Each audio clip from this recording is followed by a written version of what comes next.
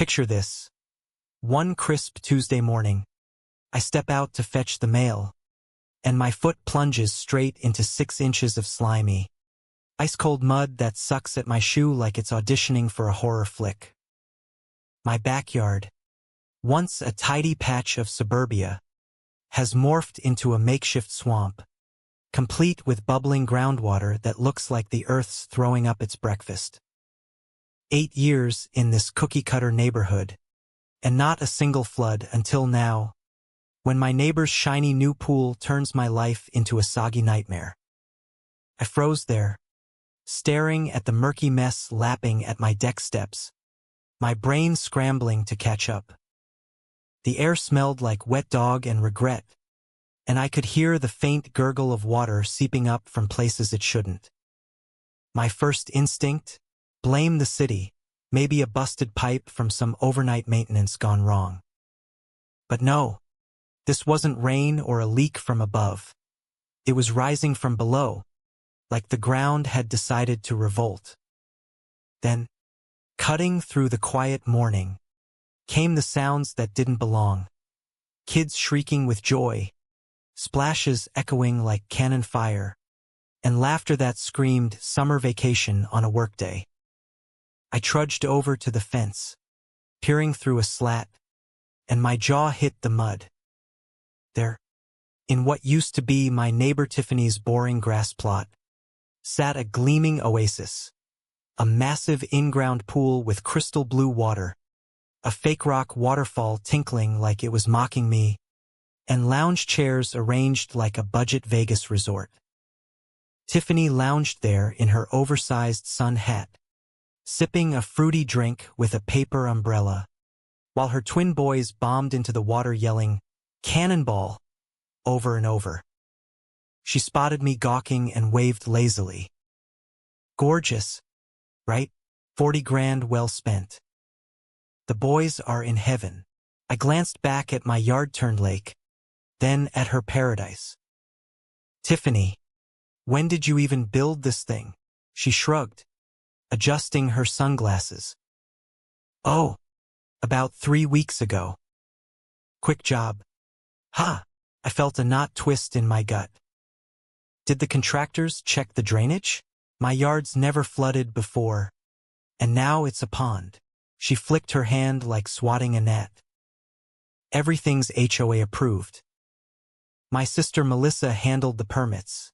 She's the president, you know. No worries. Yeah, I knew.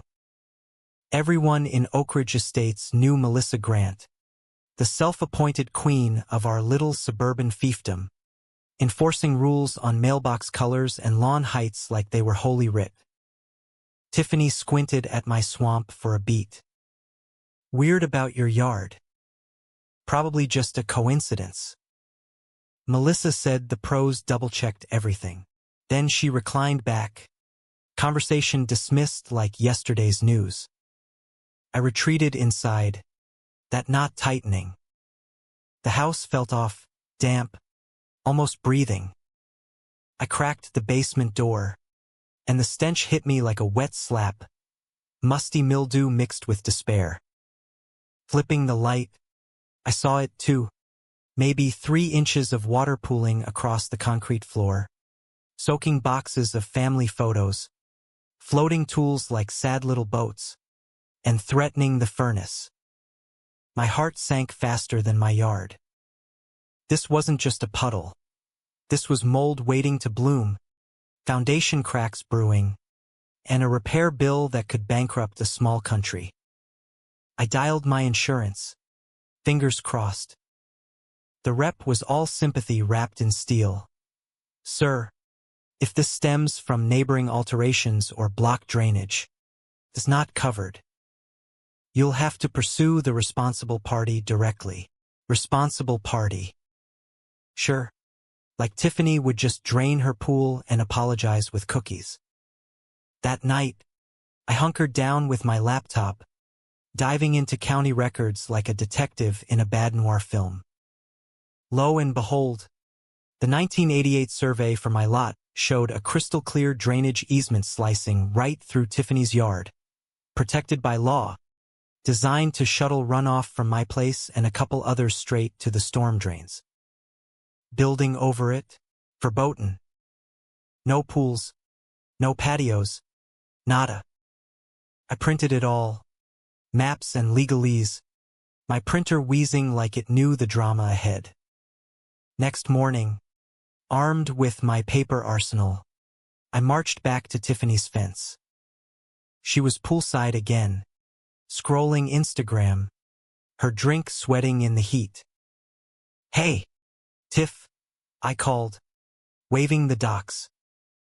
"Your pool's smack on a protected easement. See this line? That's where water's supposed to flow from my yard. You're blocking it." She peered over for all of 5 seconds, lips pursed.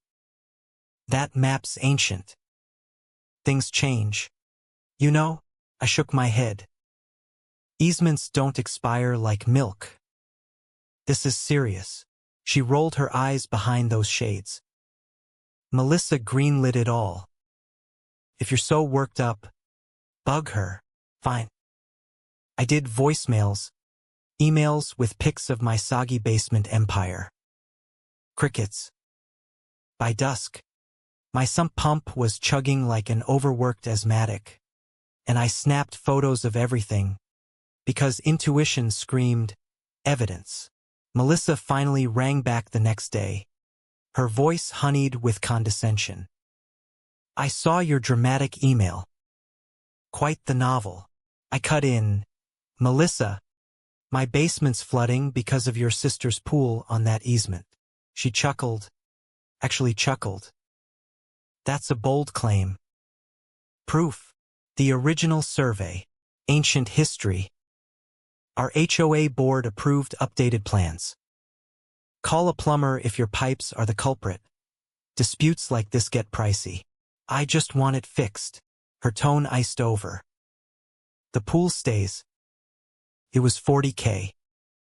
And FYI, the HOA's got a 50 grand legal war chest.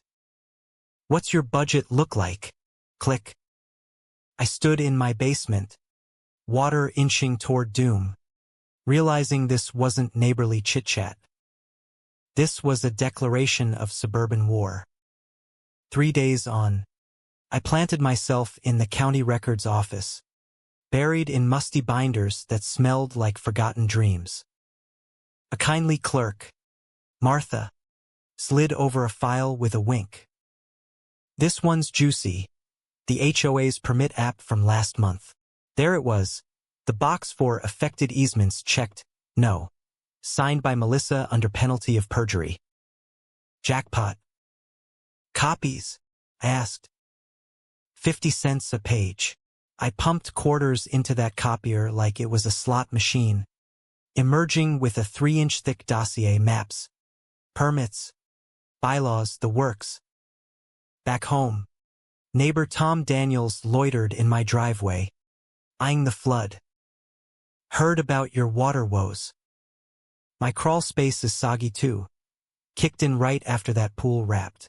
Lightbulb moment. The easement fed the block. Blocked flow meant chaos for all. That evening, I bundled my evidence and drove to Melissa's McMansion. All brick facade and manicured hedges glowing under porch lights like a staged real estate ad. She answered mid-sip of red wine, eyebrow arched. "Pool talk," I said. She sighed theatrically. "We've covered this." "Not really." I barged in uninvited, sure, and fanned the docks on her coffee table. "You signed off on no easements." "That's perjury." She glanced dismissively. "Outdated junk." "And you're trespassing. Easements are forever." She swirled her wine, smirking. "Upset over basement water? Blame your sump pump. Correlation isn't causation, dear. 3 other homes are wet too. Neighborhood quirk. Nothing pool related." She rose, blazer crisp. "Come at me if you dare. I've run this HOA 6 years. I know who's late on dues, who's skirting bylaws. Tack me, and life gets uncomfortable. My fists clenched. Threatening me, just stating facts. HOA's 87 homes strong. Your one voice. Math doesn't lie. I scooped my papers and bolted, fury bubbling like my yard. Next day, attorney shopping. Most echoed, HOAs outspend folks like you. Tens of thousands down the drain. Day 4. Basement reeked like a forgotten gym sock. Some pump screamed nonstop. I slumped, pondering a fire sale. Then, buzz, a text from unknown. Ryan Holt, Tiffany's ex. Heard Melissa's games. Let's chat. I got dirt. We met at a dingy Main Street cafe. Ryan looked wrecked. Dark circles like badges. Melissa forced that pool on Tiff. She didn't want it. 2-year plot to snag your lot. Why mine? Road access. Developer deal, 2 homes. $500,000 each. He flashed texts. Melissa dictating pool placement. Referencing my address. 1. Foundation fails. He sells cheap. Nausea hit. She's tanking my value on purpose. Ryan nodded. Did it elsewhere. Manipulates everyone. Tiff's terrified. He handed a flash drive. Emails, texts, contracts. Goldmine. I left trembling. That night, I rang Buddy Miguel, contractor extraordinaire. He unrolled blueprints on my table. Old 60s drainage line, and used but legal. Runs under Tom's empty lot, through Henderson's, to main drains. Henderson's, Melissa's lapdogs. Tap in. Legal with emergency permit. County'll rush it for your flood. Picturing Melissa's threats. Ryan's proof. Do it. Under floodlights. Miguel's crew dug like moles. Snapping pics. Logging every foot. Dawn broke. Connection made. Water gushed away. Toward Henderson's. Hours till results, Miguel said. I crashed for 3 hours. Woke to phone Armageddon. Calls. Texts. Voicemails. Window view. Henderson's lawn a marsh. Roses drowning. Door pound. Melissa. Beat red. What did you do? I handed her a folder. Easement. Permit. Her damning messages. Fixed drainage. Legally. Color drained. Those texts where? Irrelevant. I know the scheme forcing sales. Developers. Henderson's cut. Unprovable. Ryan testifies. Counties notified. Permit lie. Felony. Jaw tight. Regret this. Dry regrets beat wet ones. She stormed off. 2 days later. HOA fine. $500 for unauthorized dig. $100 daily till restored. Miguel. Bluff. HOAs thrive on scares. Scrolling Ryan's files that night. Bombshell email. Melissa to devs. 6 months back. Acquire target lot plus 2 adjacent. Corner control. Tom's and Miller's. Not just me, the block. Texted Tom. Awake. Yeah. Come see. He arrived in robe. Slippers. Saw emails. Paled. My house too. United we stand. He grinned. My girl Rachel's a county reporter. Loves busting corruption. Morning. Rachel in my living room. Recorder ready. HOA Prez fakes permits to crash values. Force sales. Spot on. I slid evidence. Her eyes lit. If legit. Front page gold. Week later. HOA president in property fraud scandal. Neighborhood blew up. Calls from strangers backing me. Henderson's learned Melissa duped them. Tiffany appeared sobbing. Mascara rivers. Sorry. Melissa forced it, said easement irrelevant. You'd sell happy. Tissue handed. Fix it. Demo pool. Testify. Nod. Deal. Next week. Emergency HOA meet. Half the hood packed in. Fuming. Melissa sauntered in. Suit sharp. Gavel poised like a scepter. Addressing baseless claims, she intoned. Mrs. Henderson erupted. You lied. Forged docs. Chaos, shouts. Phones filming. Tom boomed. Manipulated us for cash. Over. Board member quit live. Another. Melissa soloed permits. Tiffany rose. Quaking. Threaten my kid's future. Articles true. Gasped. Melissa purpled. Sit. No, done fearing you, Carl. Board vet. Bylaws say 2/3 vote ousts in special meet. All for dumping Melissa. Hands skyward. Passed. Out now. Applause thundered. Melissa snatched briefcase. Muttering vengeance. Face ashen. But she persisted. 3 days on. Sued at door her lawyer. $50K to drop complaints. NDA. Quiet end. I laughed. She frauded. No hide. Litigation drains you. Check slid. Pass. Inspector hits pool Friday. Tell her. He left. That night. Garage vandalized. Liar. In 3-foot red spray. Melissa's handiwork. Obvious. Tom helped repaint. Desperate fool.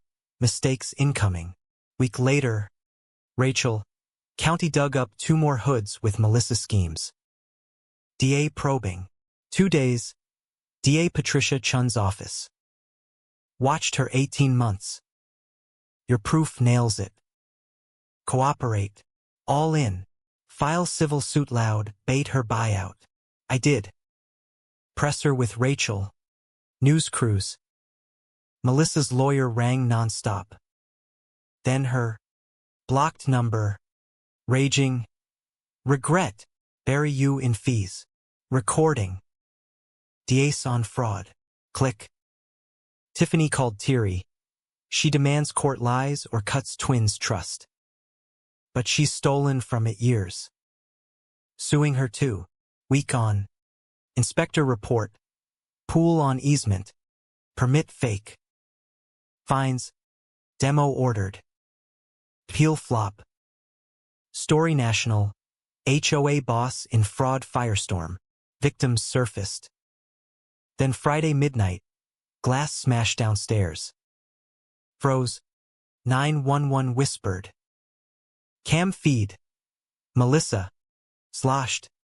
Window climbing. Raving. Ruined me. Furniture toppled. Vases shattered. Cops hauled her mid-tirade. Cuffs clicking like sweet music. The aftermath? Pool bulldozed. Tiffany free. HOA reformed under Carl Fair rules. No tyrants. Melissa faced charges. Fraud. Vandalism. Embezzlement. Court awarded me damages. Repairs covered. Plus pain. Neighborhood breathed easy. No more petty fines for unapproved bird feeders.